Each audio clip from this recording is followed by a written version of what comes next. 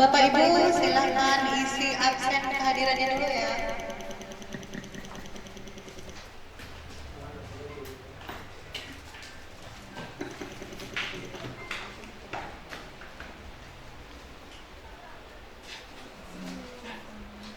Assalamualaikum warahmatullahi wabarakatuh. Waalaikumsalam warahmatullahi wabarakatuh. Terima kasih yang saya hormati Kepala Sekolah SDN Telaga Durna. Terima kasih saya ucapkan. Marilah kita bersama-sama mengucapkan puji syukur kehadiran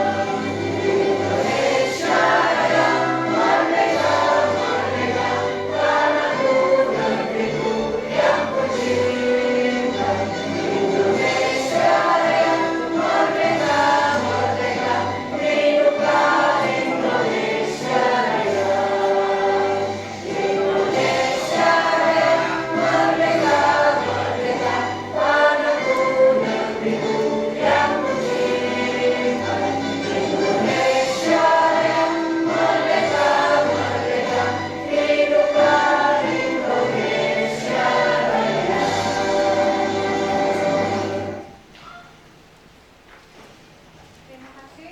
Silakan Ibu Bapak duduk kembali. Materi yang akan saya paparkan hari ini yaitu tentang konsep inti budaya positif. Silakan masuk Bu. Yang dibahas yaitu perubahan paradigma belajar. Yang kedua ada disiplin positif. Ketiga nilai-nilai kebajikan. Keempat kebutuhan dasar manusia. Yang kelima motivasi perilaku manusia.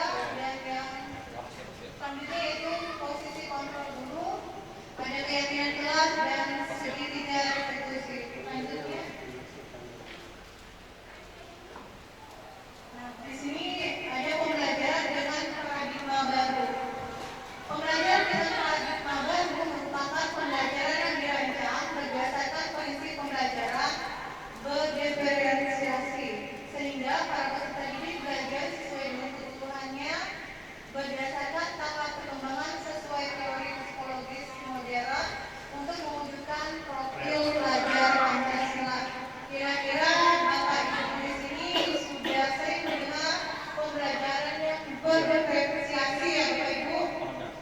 Ibu pernah Bu? Oke. Kita di sini ini mewujudkan profil pelajar Pancasila. Kira-kira ibu-ibu sudah tahu apa itu profil pelajar Pancasila? Halo Ibu? Apa saja ada yang bisa menyebutkan? Ayo. Ini silakan Bapak. Nanti dulu Bu. Silakan ya Ibu. Apa saja profil Pancasila, profil pelajar Pancasila? Profil pelajar Pancasila itu dimensinya ada 6. Iya benar. 1. Beriman dan bertakwa pada Tuhan Yang Maha Esa. 2. Berbagai keimanan global. 3. Ayat tadi apa? Ya. Mandiri. 6. Berrelasi kritis. Kreatif. Itu adalah lagunya. Oh iya. Bulan ini masih ingat kan Bu? Bisa kita menyanyi dulu sebentar. Ini kan profil Pancasila.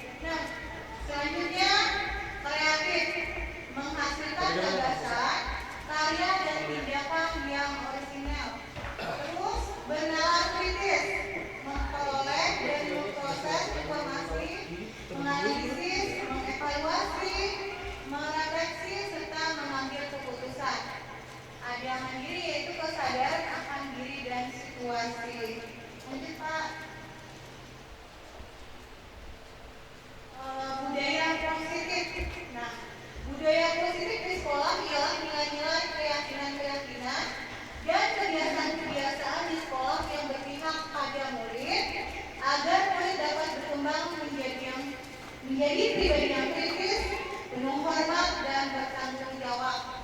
Ini di sekolah kita atau di sekolah ibu-ibu sudah dilaksanakannya budaya positif ya. Ini budaya positif, cara penerapan disiplin yang mengajarkan anak bertanggung jawab dan menumbuhkan kesadaran diri berdasarkan nilai kebajikan. Lebih ke arah disiplin diri yang dapat mengontrol diri dalam melakukan segala tindakan dan dapat membuat murid memahami dan menyadari berdasarkan motivasi intrinsik, bukan akibat paksaan, ujian atau hukuman. Nah, di sini cara penerapan disiplin positifnya yang sudah kita lakukan di sekolah. Pagi-pagi Bapak Ibu guru sudah bisa menyambut anak di halaman atau di depan kelas kita dengan melakukan 5S ya Bu. Secara bergiliran yaitu setelah menyambut anak dengan 5S minum sampah salam dan sopan santun ya. Setelah itu anak juga ditanamkan untuk bertakwa kepada Tuhan Yang Maha Esa dengan cara sebelum belajar mereka melakukan doa. Setelah itu ada pembacaan Asmaul Husna yang mungkin bisa diterapkan di kehidupan sehari-harinya nanti, serta ada kegiatan yang menanamkan jiwa nasionalisnya melalui menyanyikan lagu kebangsaan.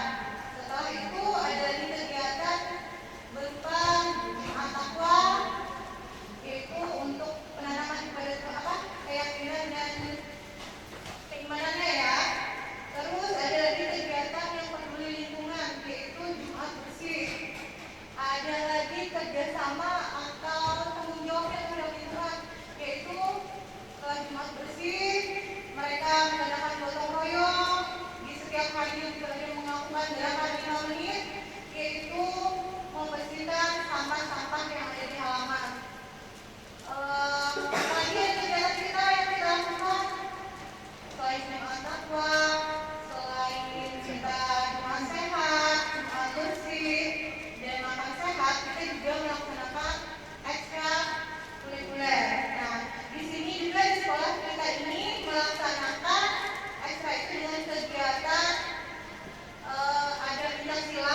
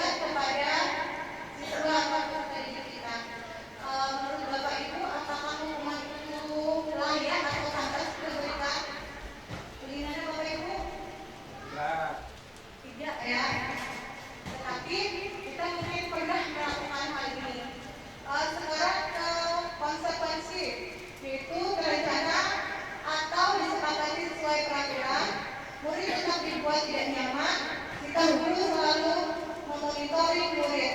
Nah, kegiatan ini ada nggak Bapak Ibu yang bisa memberikan contoh pemberian konsekuensi? Ada yang tahu? Ada nggak? Biasanya kita juga memberikan ini kepada anak. Ada yang tahu nggak? Bu Ena ada tahu? Pemberian konsekuensi itu misalnya seperti datang terlambat kan siswanya, setelah itu gurunya menanyakan ini sudah jam berapa, kenapa datangnya terlambat, ada kebutuhan waktunya itu. Setelah itu karena dia terlambat jadi diberi peringatan lah dan diberi proses selanjutnya apakah dia masih mengulang lagi atau tidak gitu. Iya, terima kasih betul sekali Ibu. Jadi karena tadi ada contoh ya, contoh kasus murid datang terlambat, jadi kita sebagai guru bertanya, kenapa dia datang terlambat? Ini sudah jam berapa? Jam berapa sih masuk di sekolah? Mungkin masuk di sekolah pasti ada juga di jam 7.45 atau jam 7.30. Sedangkan ini sudah jam berapa? Nah, kita mau menanyakan kalian ini jam berapa? Jam 8. Secara sadar atau tidak sadar mereka sudah tahu bahwa itu melanggar peraturan yang telah dibuat. Begitu. Terus saya lanjutkan lagi restitusi. Proses menciptakan kondisi bagi murid untuk memperbaiki kesalahan.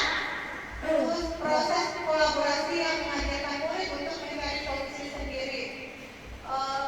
Restitusi ini mungkin kita bisa menemukan saat anak tadi kita lanjut ya kasusnya anak sudah datang terlambat, sudah kita tadi tanyakan jam berapa, tetapi kalau restitusi itu kita tanyakan apa sih alasan mereka terlambat.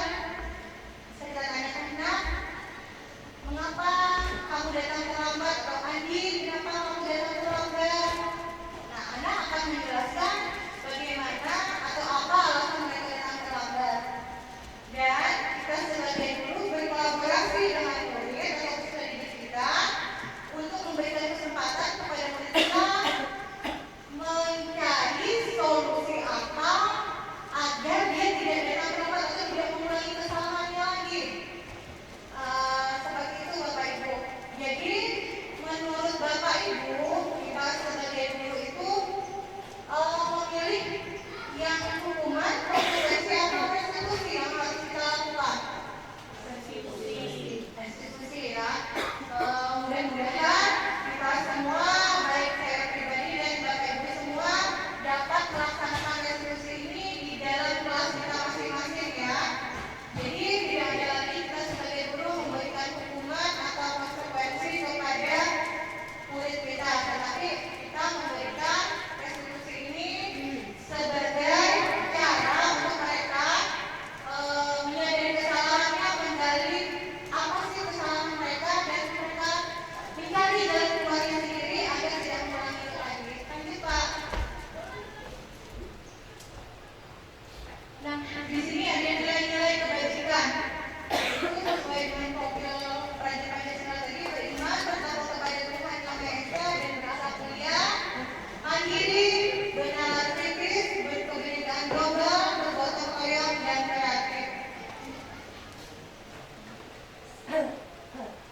Di sini ada kebutuhan dasar manusia. Kebutuhan dasar manusia adalah segala sesuatu yang kita lakukan untuk mendapatkan apa yang kita inginkan. Seluruh tindakan yang kita lakukan memiliki tujuan tertentu dan semua usaha terbaik yang kita lakukan adalah dalam rangka agar kebutuhan dasar kita terpenuhi dengan baik. Kira-kira Bapak Ibu guru kita tahu nggak apa sih kebutuhan dasarnya? Makan, tempat tinggal. Silakan Pak. Setahu saya ada itu kebutuhan dasar manusia dalam makan, tempat tinggal,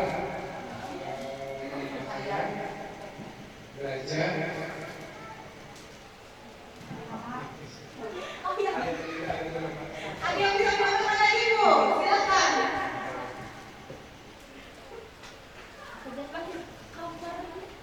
Apa Bu? Mungkin bertahan hidup. Oh, bertahan hidup. Baik, apa lagi? Yang kedua adalah kasih sayang. Kasih sayang. Yang bersih. Yang ketiga itu ada namanya penguasaan. Penguasaan, Kebebasan kebebasan, dan kesenangan. Bapak Ibu, mungkin kita semua tahu ya apa yang disebutkan oleh Pak Naparit, Ibu Wiwit, bahwa kebutuhan dasar kita itu ada beberapa hal yang harus dipenuhi. Jika kebutuhan dasar ini tidak dipenuhi,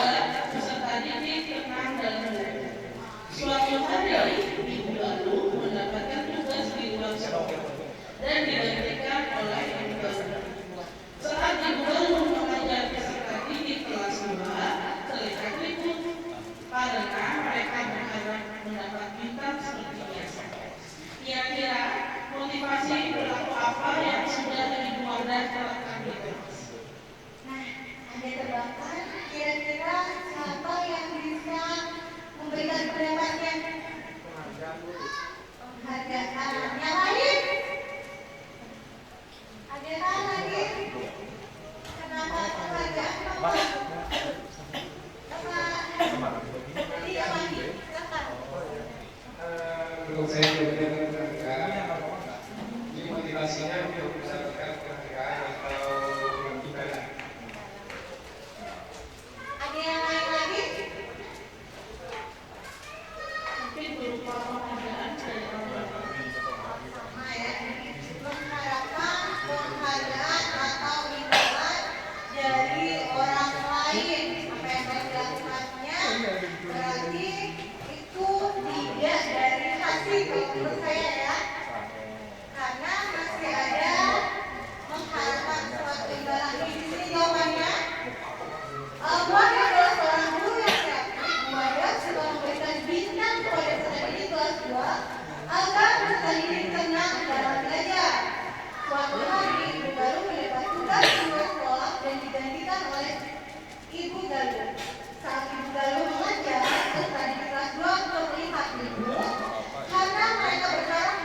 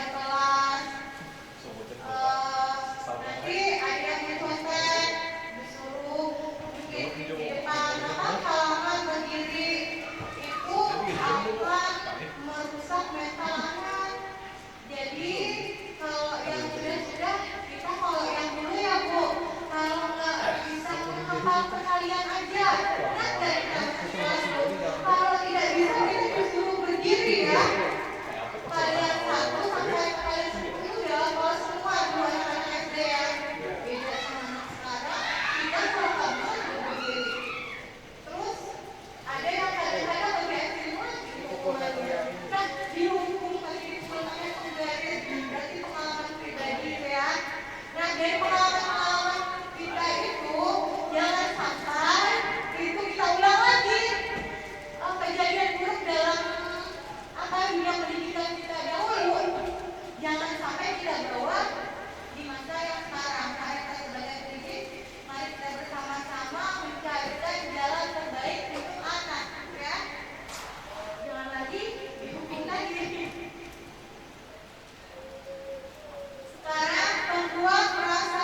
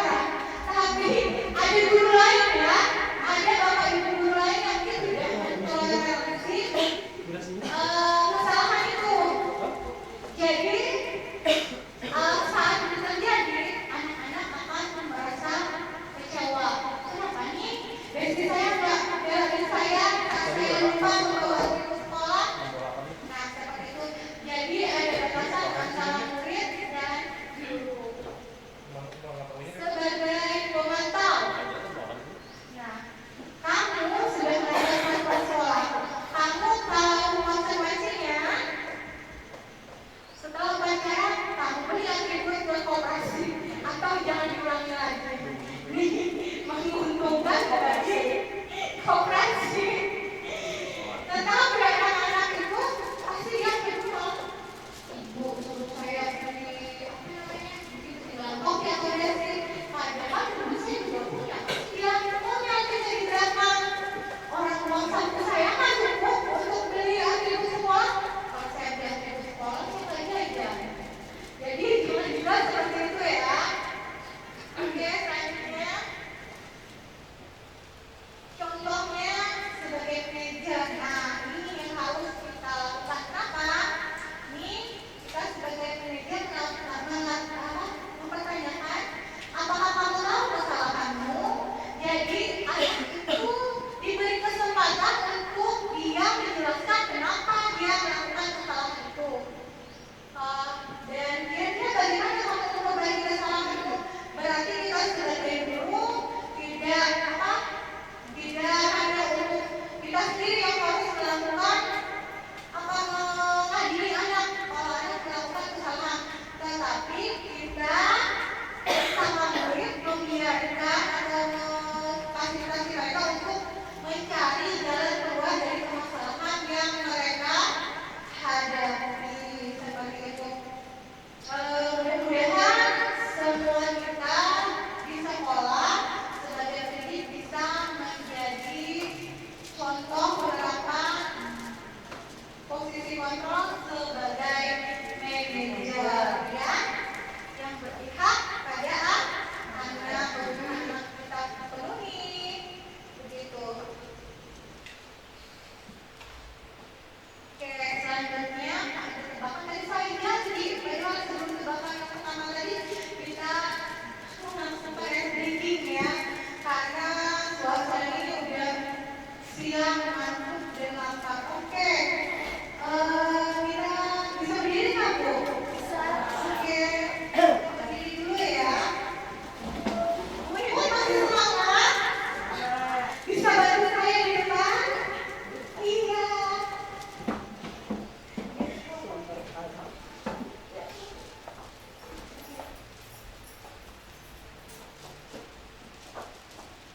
Bunut boleh kan? Kalau di sini. Berdiri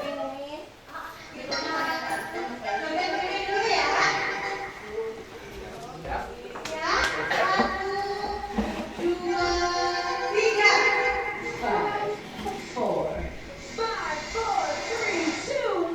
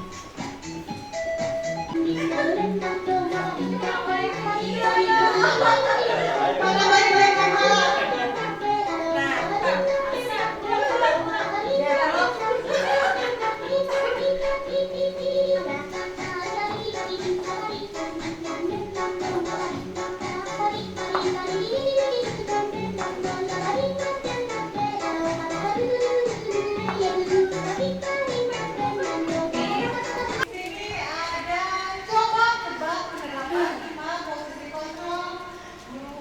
Apa pernyataan berikut? Posisi kontrol apa salah aku? Ayo, gampang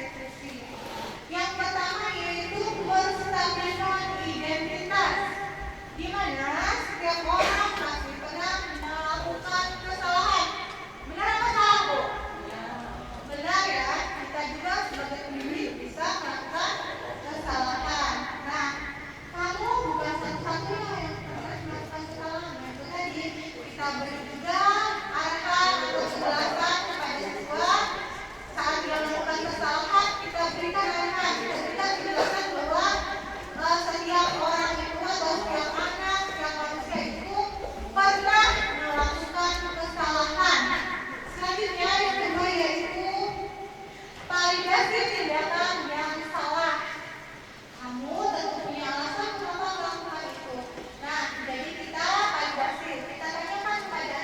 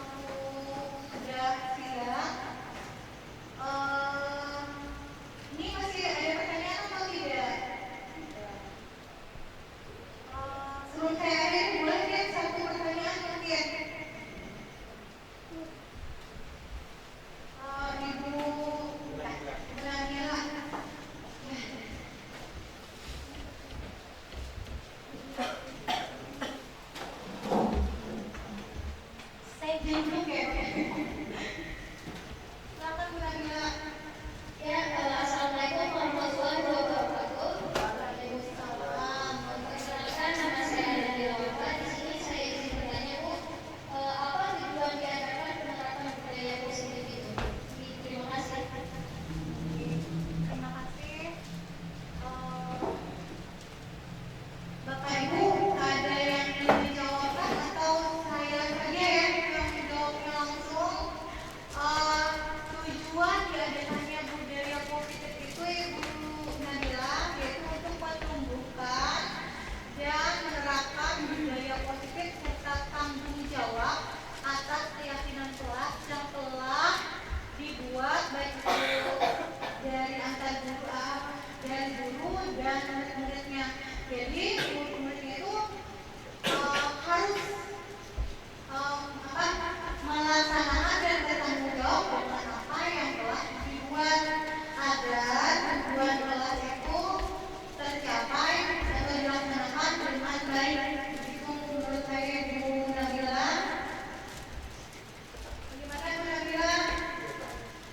Bapak Ibu, adakah Bapak Ibu yang ingin bertanya lagi atau ingin memberikan masukan? Dipersilakan. Ada? Sudah cukup? Oke, terima kasih. Kalau sudah cukup, saya ucapkan terima kasih kepada Bapak Ibu guru semuanya yang telah bersedia hadir di siang hari ini. Walaupun